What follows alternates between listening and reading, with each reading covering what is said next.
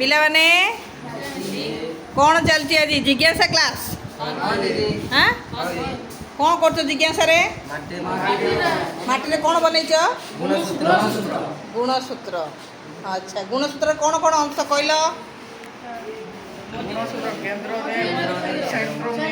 କେନ୍ଦ୍ରଟାକୁ କ'ଣ କୁହାହେଲା? ଆଉ ଦିପଟେ ଦିଟା କ'ଣ ଅଛି? କ୍ରୋମାଟିଡ୍। ସେ କ୍ରୋମାଟିଡ୍ରେ କ'ଣ ଅଛି? DNA ସେ ଭିତରେ ଅଛି। ଆଉ ସେ କ୍ରୋମାଟିଡ୍ରେ ଯେଉଁ ବାହାର ଆବରଣଟା କେଉଁଥିରେ ତିଆରି? ହିଷ୍ଟୋନ୍ ପ୍ରୋଟିନ୍ରେ ତିଆରି। ନାଇଁ, ହିଷ୍ଟୋନ୍ ପ୍ରୋଟିନ୍ଟା ଏଇଠି ଅଛି। ଆଉ ଏବେ DNAଟାକୁ କୁଆଡ଼େ ନେଇଯାଇଛି? ଆମେ ସେଠି ନେଇଯାଇଛି ହେଲା। ବର୍ତ୍ତମାନ DNA ଦେଖିବା। ହଁ, DNAଟା ବି ମାଟିରେ କରିଛ?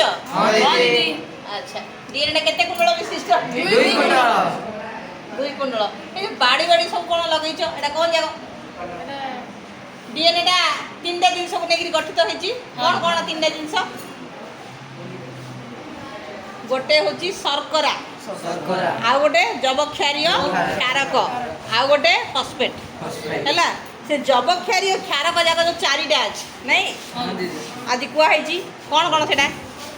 A ସହିତ T, G ସହିତ C, ଏଇଟା ସବୁ ସେ ବଣ୍ଡ ଫର୍ମେସନ୍ ହେଇଛି ହେଲା। ଏଇଠି ଯଦି A ରହିଲା ଏଇଠି T, ଏଇଠି ଯଦି G ରହିଲା ଏଇଠି C ରହିଲେ ଏଇଠି G, ଏଇଠି A ରହିଲେ ଏଇଠି T।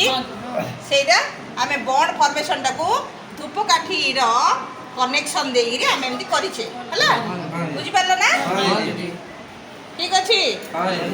ଗୁଣସୂତ୍ର ବୁଝିଲ? କ୍ରୋମୋଜୋମ୍ ବୁଝିଲ? କ୍ରୋମୋଜୋମ୍ କ'ଣ? ଇଂଲିଶରେ କ୍ରୋମୋଜୋମ୍, ଓଡ଼ିଆରେ ଗୁଣସୂତ୍ର ହେଲା। ତାପରେ DNA ବି ଦେଖିଲେ, DNA ଅଣୁର ଗଠନ ହେଲା। ଠିକ୍ ଅଛି, ଓକେ।